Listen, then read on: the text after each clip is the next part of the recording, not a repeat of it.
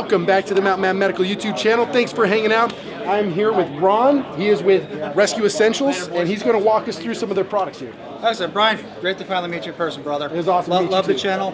So with Clot, we're the manufacturer of Clot products. Rescue Essentials is our master distributor. How did we come to be? Our blood was created for the U.S. Army, and there were some requirements to developing that. It has to look like blood, it has to have the viscosity of blood, and has to clot like blood.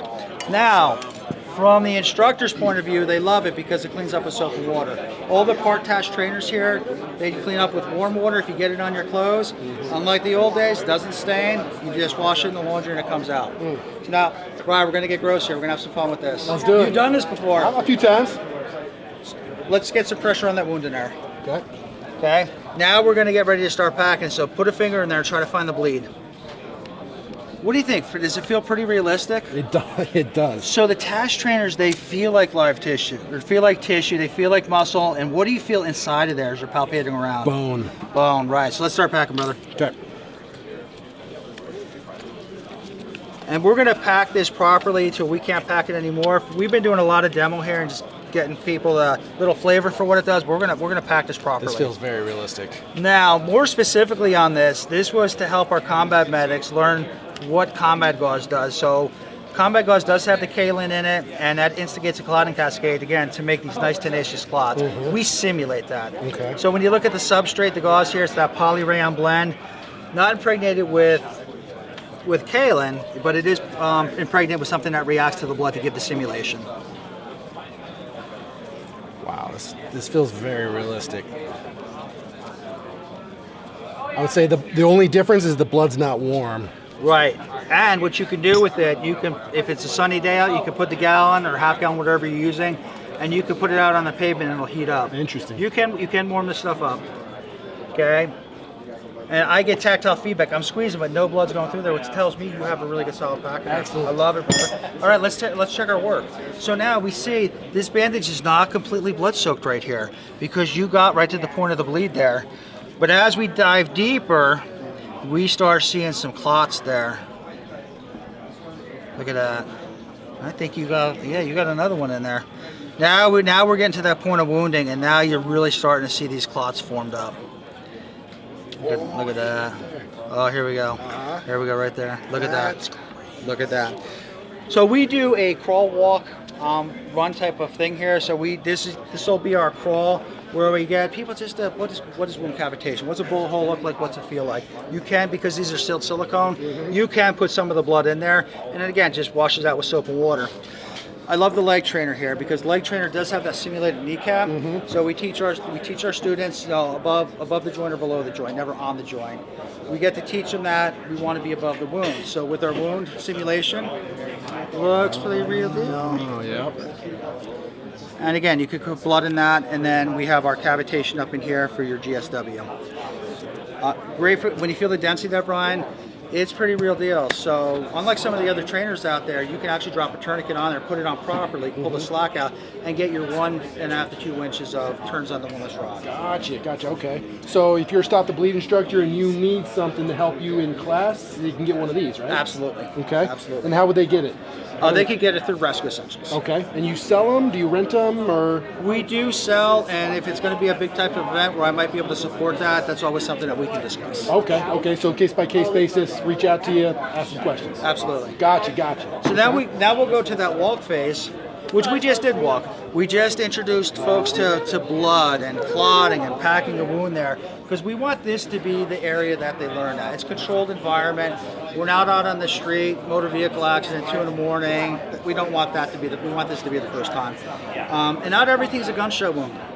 We have lacerations, we have chainsaw accidents, we have people that hunt that have accidents when they're gutting their deer. We have people that fish, so we do have the laceration that also bleeds. Now we go to run. Run is where we're going to have our wearable wounds on a patient who's going to kick and scream and be real deal. When you're plugging holes, that hurts. Now, you were former corpsman, correct? Correct. Okay. Now, when I have like 6 to 8 whiskeys or combat medics come in and they were Army, I ask them, what happened on October 3rd and 4th, 1993 that has an impact on everything we do here? And that was Mogadishu. So one of the fatal injuries there was Corporal Jamie Smith when he was shot in the right femoral artery. The doc went in there with a set of hemostats, was able to get the femoral. He clamped down on it, but when he retracted, it tore and went up into the pelvis. This injury replicates that. Now check it, feel the cavitation inside that wound there. Oh, wow. Very deep. We can make a difference nowadays with the trainers, and again, this will bleed here. Then our last product is the tourniquet trainer, and I know you go heavy on proper application of the tourniquet. Okay.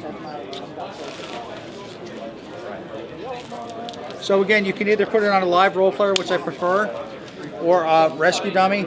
Now, what's one of the biggest complaints you get when people are training with tourniquets? What do they do? It's uncomfortable. It hurts, right? Well, guess what? You're probably doing it right. But we do have the padded sleeve on here if there's going to be multiple times that tourniquet's going to be put on a roll player. Okay. Now, the other thing is, what are some of the common mistakes when people first start applying that tourniquet? What do they forget to do? Get the slack out. They forget to pull the slack out. So now we get to make sure that they do that, put it on properly, and then if they do it properly, maybe 1.5, 2 turns on that windlass. This will not shut down unless that tourniquet's applied properly. Now, here's where we're going to do a demo.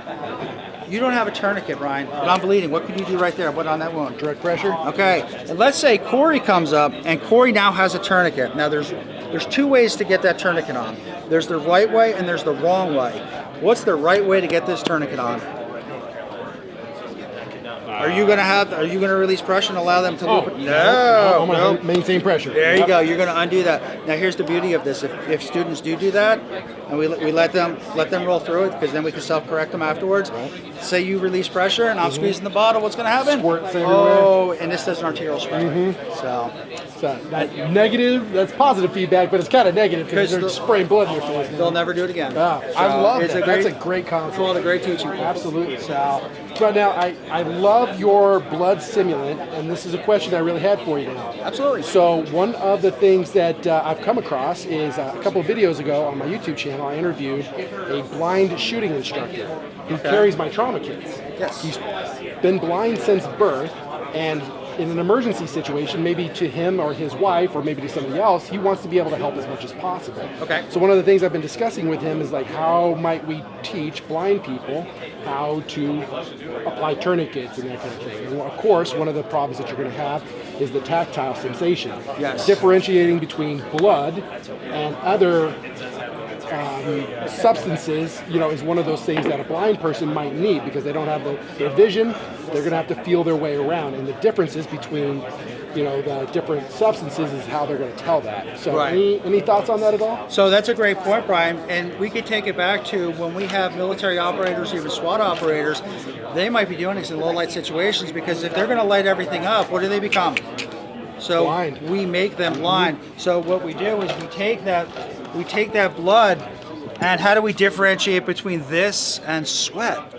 When we're doing our rakes and sweeps, has the viscosity of that blood. So now they could kind of, even if they have no sight, they know that, hey, something's wrong here.